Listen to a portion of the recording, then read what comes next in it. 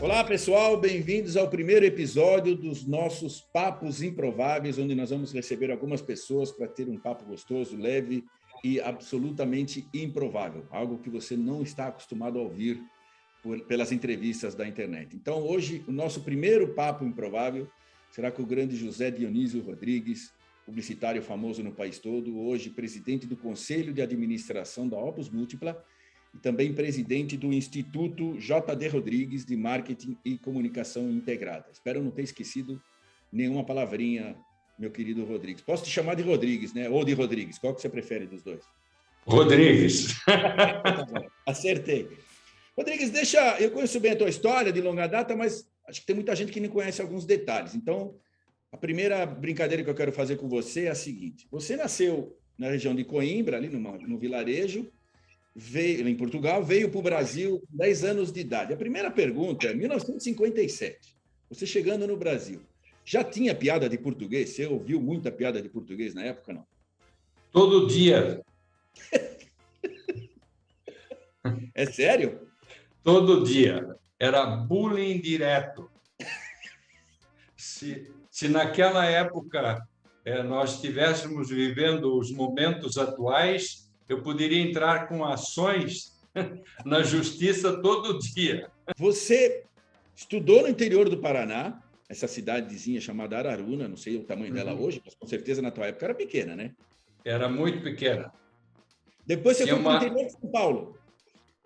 Depois eu fui para São Paulo, exatamente. Fui fazer o ginásio, primeiro ano do ginásio, lá no Colégio Campos Sales, na Lapa. Aqui em São Paulo, capital, você está falando? Aí em São Paulo. Depois de São Paulo, capital, eu fui para Irati, aqui perto de Curitiba.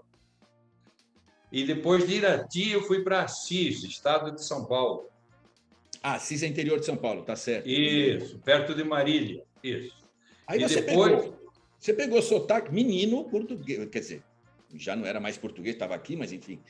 Você veio do interior de Portugal, chegou aqui para o interior do Paraná, depois interior de São Paulo.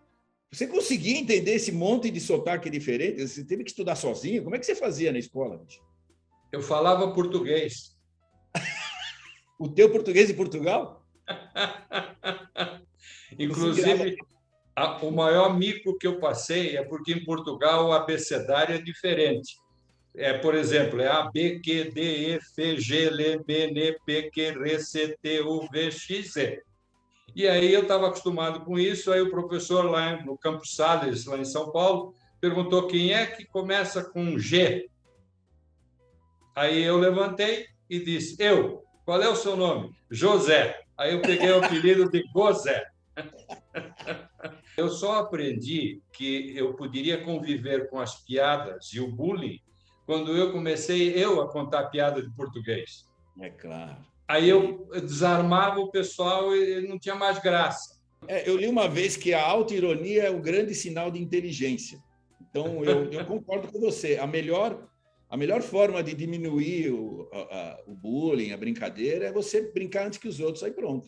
É isso aí. Eu sou o primeiro a contar piada de careca. Sou sempre eu o primeiro a contar piada de careca. Aí ninguém conta. Fica por aí. Deixa eu te fazer uma pergunta. Aí você foi estudar nos Estados Unidos. Me conta um pouquinho essa história. Como é que caiu essa coisa no seu colo de, naquela época, estudar nos Estados Unidos? Pois é, isso foi bem improvável. Eu imaginei. Foi pelo seguinte, existia um programa, existe até hoje, chamado AFS do Brasil, American Field Service. Ele foi criado na Segunda Guerra Mundial, logo depois da Segunda Guerra Mundial, para fazer intercâmbio entre as nações, e lá fui eu morar nos Estados Unidos, fazer o último ano da high school. Agora, me falaram que eu vi fotos, inclusive, de você jogando futebol americano na high school, nesse último ano da high school. A primeira pergunta é, quando você derrubava os caras na porrada lá, porque ombrada é o mínimo ali, né?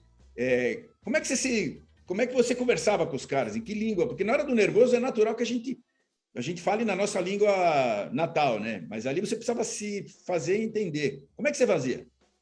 Não, falava já o inglês, Ah, é? evidentemente não era um inglês perfeito, mas o suficiente para ser compreendido. E, na realidade, eu era o kicker, porque o brasileiro chuta com o peito do pé, e eles estão acostumados a chutar com o bico da chuteira. Então, como eu batia relativamente bem com o peito de pé, eu fui fazer o field goal, que eles chamam, field goal, e o extra point. Agora, quando eu estava no treino, aí sim eu tinha que enfrentar todas as situações do campo, né? Aí às vezes era complicado, você ia para casa com o beiço inchado, né? Com a orelha inchada. Você se formou na Federal do Paraná. Sim, Você se formou jornalista. sim. Eu também, quando comecei a tomar decisões na vida, queria ser jornalista, inclusive entrei em faculdade de jornalismo e depois mudei. Por que que você, em algum momento, você olhou e falou assim, o que te fez tomar essa decisão? Ele falou, não quer fazer um teste vocacional? Eu disse, faço. Aí eu fiz o teste vocacional e deu 98% de concentração na área de humanas. Daí ele chegou para mim e disse, cara, você não vai se sentir bem como engenheiro químico. É melhor você ir para a área de humanas. Aí eu falei, tá bom. Então eu vou fazer jornalismo, porque desde o colégio, desde São Paulo, eu gostava de fazer o jornal mural da escola. Ah, você já tinha brincado com isso, então? Eu gostava de fazer isso. Lá Ah, em Assis, o jornal mural eu era o editor, contando as fofocas da cidade. É a melhor contando parte. as fofocas da cidade. Isso. Ah, me fala uma coisa. Você ficou na Gazeta do Povo por vários anos como repórter e tal, jornalista. Qual foi a manchete, vamos dizer, mais improvável que você escreveu nos anos de Gazeta do Povo? Eu tenho que rir porque toda vez que eu me lembro dela, enfim, me dá vontade de rir. Você recebia a pauta quando eu trabalhava na reportagem, então tinha lá os assuntos que você tinha que trabalhar no dia. E um deles era o seguinte: entrevistar um motorista de carro funerário. Aí pô, eu falei, mas por que tem que entrevistar um motorista de carro funerário? Não, tente levantar alguma curiosidade, né? Eu falei, tá bom. Aí eu escolhi uma funerária, fui lá, entrevistei um motorista. Aí no final eu perguntei para ele, escuta, você não tem medo de morto? Ele falou, não, de morto não, eu tenho medo dos vivos. Boa. Aí eu cheguei na Gazeta, escrevi a matéria e tal, e daí eu dei o título, Motorista de morto tem medo de vivo. A única dificuldade que a gente tem no jornalismo, tinha e tem até hoje, é que você tem a diagramação, e a diagramação dá o tamanho do título, quantas batidas, né? Então, Uhum. 2 linhas de 16 batidas, 3 linhas de 20 batidas, enfim. Então, aí você tem que enfim, tem que se esmerar para poder fazer um Dentro título daquele espaço. interessante que caiba dentro daquele espaço que o diagramador deu para você. Mas você sabe que quando eu saí do jornalismo, na época da faculdade, e fui para a publicidade, tinha esse desafio que eu achava interessante nos dois, né? De ser atrativo com pouco espaço, ser criativo num pequeno espaço, né? Filme de Isso. 30, é isso, né? E em 72, você começou uma outra carreira na prática, né? Você foi para o mundo da Sim. comunicação empresarial, publicidade, assessoria e tal. E aí, essa tua início de aventura em 72, em 85 se tornou a reconhecida e bem-sucedida Opus Múltipla.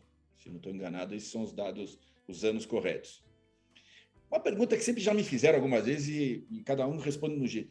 Você tinha traçado esse caminho na cabeça? Não, eu vou abrir uma empresa que vai fazer isso e que em 20 anos vai estar fazendo aquilo. Você tinha o quanto de planejado as coisas aconteceram para você?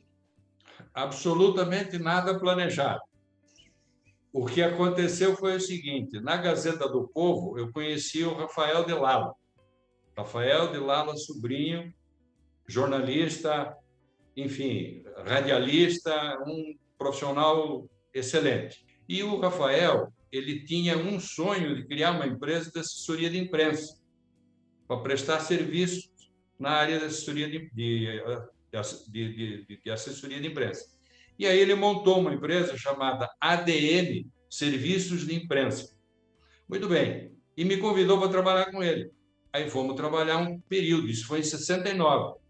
Quando foi em 72, 3 publicitários estavam disponíveis na cidade e alguém sugeriu que a gente poderia criar com eles uma empresa de propaganda.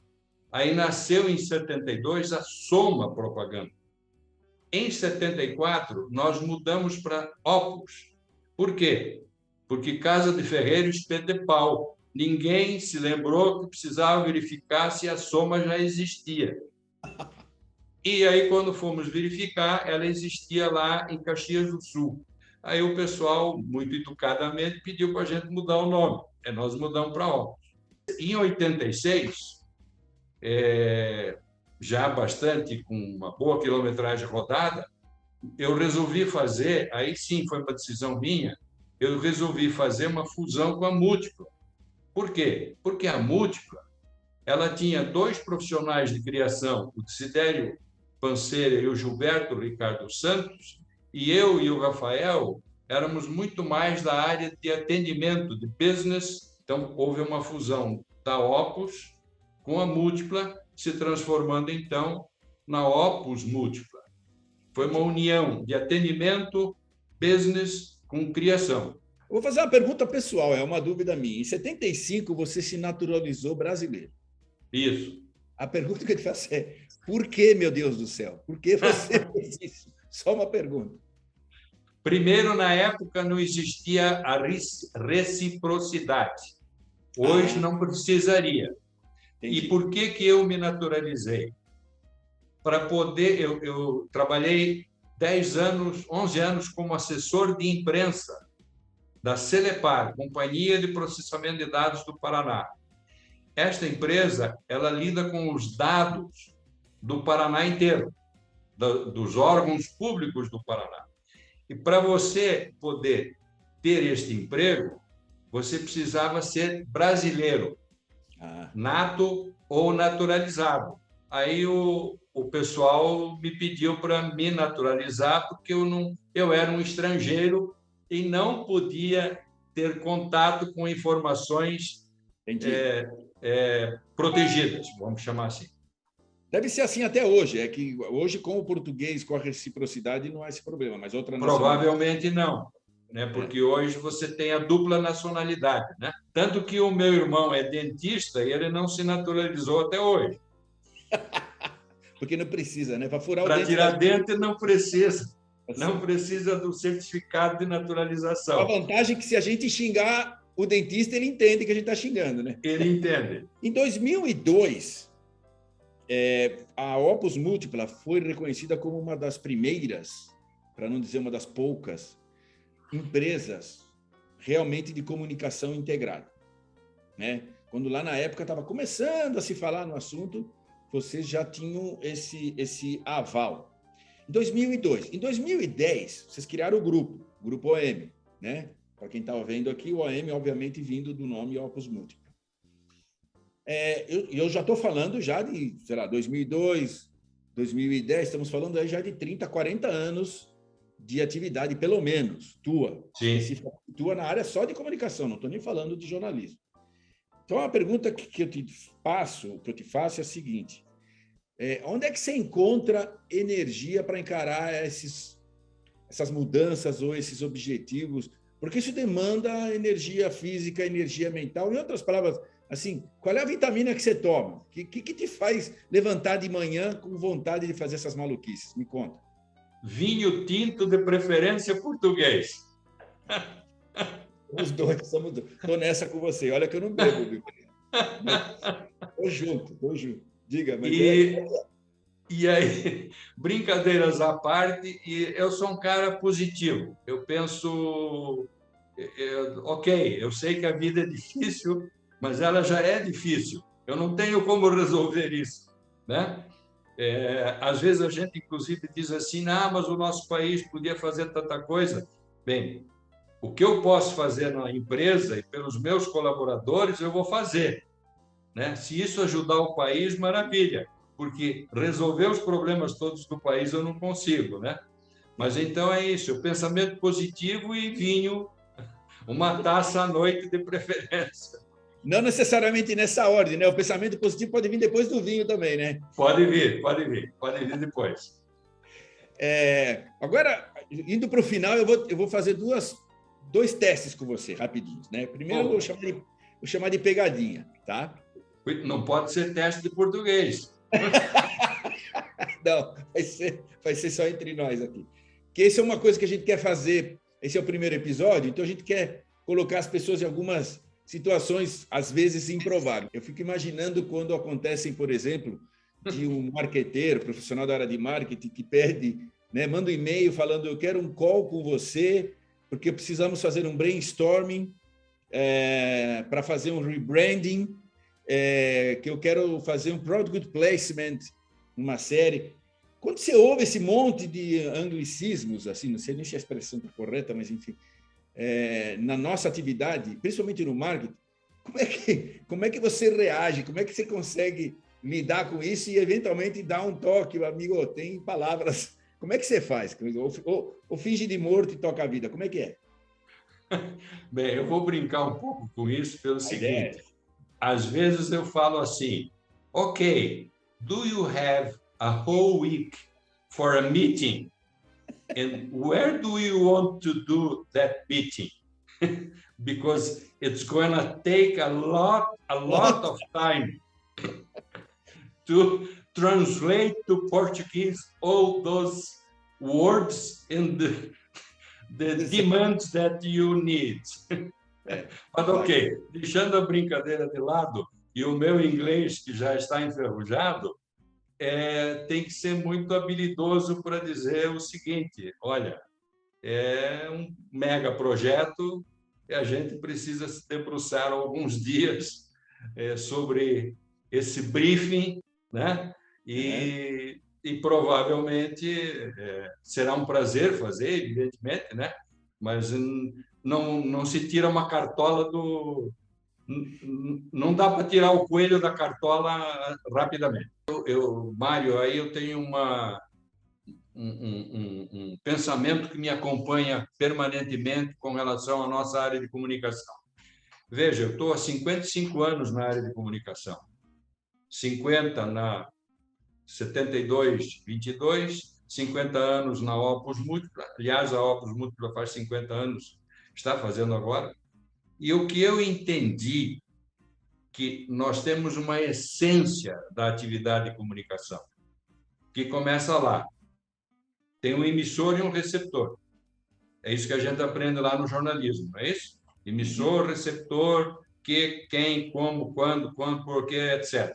Mas a essência que eu digo é o seguinte: nós temos um problema que precisa ser resolvido com marketing, ou às vezes com estratégia, ou com estratégia, com marketing e comunicação. Esta é a nossa essência, né? É isso que a gente, no fundo, é com isso que a gente trabalha. Bem, a partir de uma boa análise, de um bom diagnóstico, e aí, evidentemente, depende muito de quem está nos passando o briefing ou de quem quer fazer briefing com a gente, né? Isso aqui é essencial, mesmo que nós tenhamos uma multiplicidade de meios de comunicação. Fundamental qual é o problema que precisa ser resolvido? Esse é o foco, né? Esse é o foco. Ou estou errado? Não, é isso.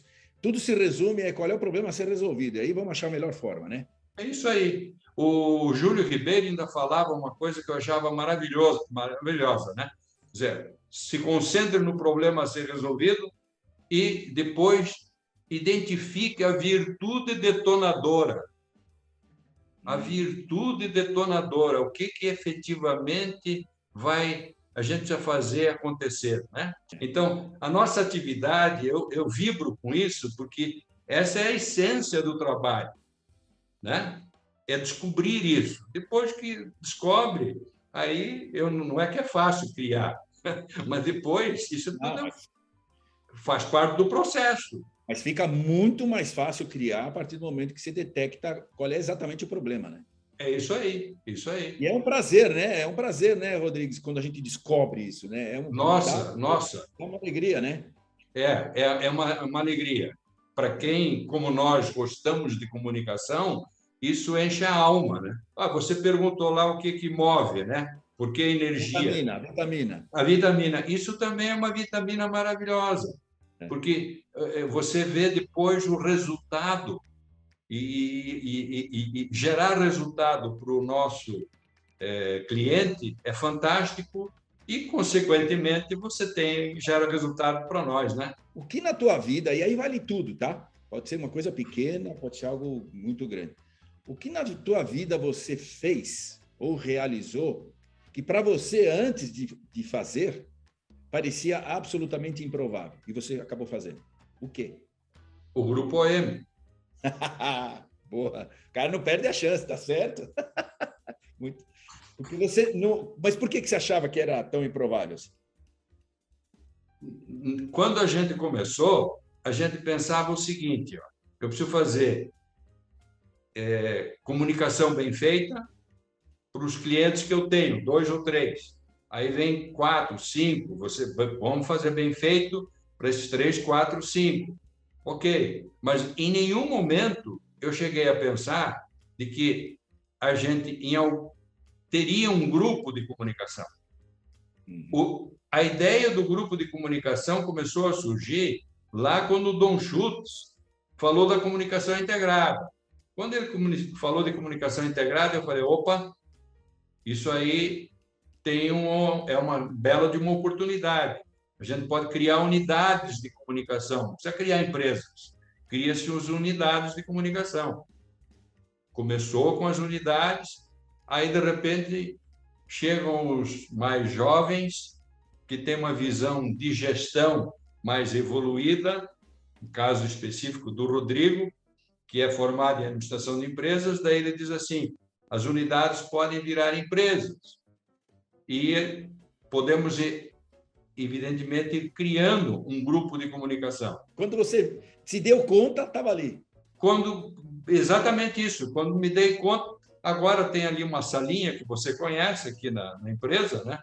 Quando eu vou ali, eu disse, meu Deus do céu, nós temos 6 empresas e são 250 colaboradores. Olha a responsabilidade que nós temos. Então, ao mesmo tempo que é bacana ter realmente desenvolvido o grupo de comunicação, é uma responsabilidade muito grande, porque, enfim, não é mais uma brincadeira de estudante que começou fazendo um anúncio e colocando bandeirola numa loja do cliente, né? Rodrigues, um prazer conversar com você, de verdade, é um prazer pessoal, como sempre, né? A gente já teve experiências pessoais. Eu queria falar para quem está assistindo que esses fundos criados pelo Felipe Coveiro são referências diretas às características do entrevistador e do entrevistado. Então, eu, quando era mais jovem, era completamente alucinado por videogame desse tipo, não esses que a molecada joga agora. E quando a gente fala do Rodrigues, a primeira coisa que vem à nossa cabeça é o bigode histórico dele, o chapéu dele. Eu queria até pedir para você falar tchau para as pessoas usando o teu chapéu, porque é uma marca registrada. E um grande parabéns pela tua história, Rodrigues. Obrigado pela história e obrigado pela conversa maravilhosa. Muito bem, obrigado pela oportunidade. Eu queria só complementar uma coisa, que além do Grupo OM, há uma coisa maravilhosa que eu criei ao longo da vida, ou que estou ajudando a criar, é uma família. Né? Claro. Então, isso não pode ser em nenhum momento esquecido. Né? É verdade, tem razão. Né? Tem razão. E uma família que me orgulha muito. E então, para a família, para você, para a equipe e para todos, até logo. Tchau, Rodrigues. Um abraço. Tchau. Tchau. Deus abençoe a todos. Você também, querido. Beijo.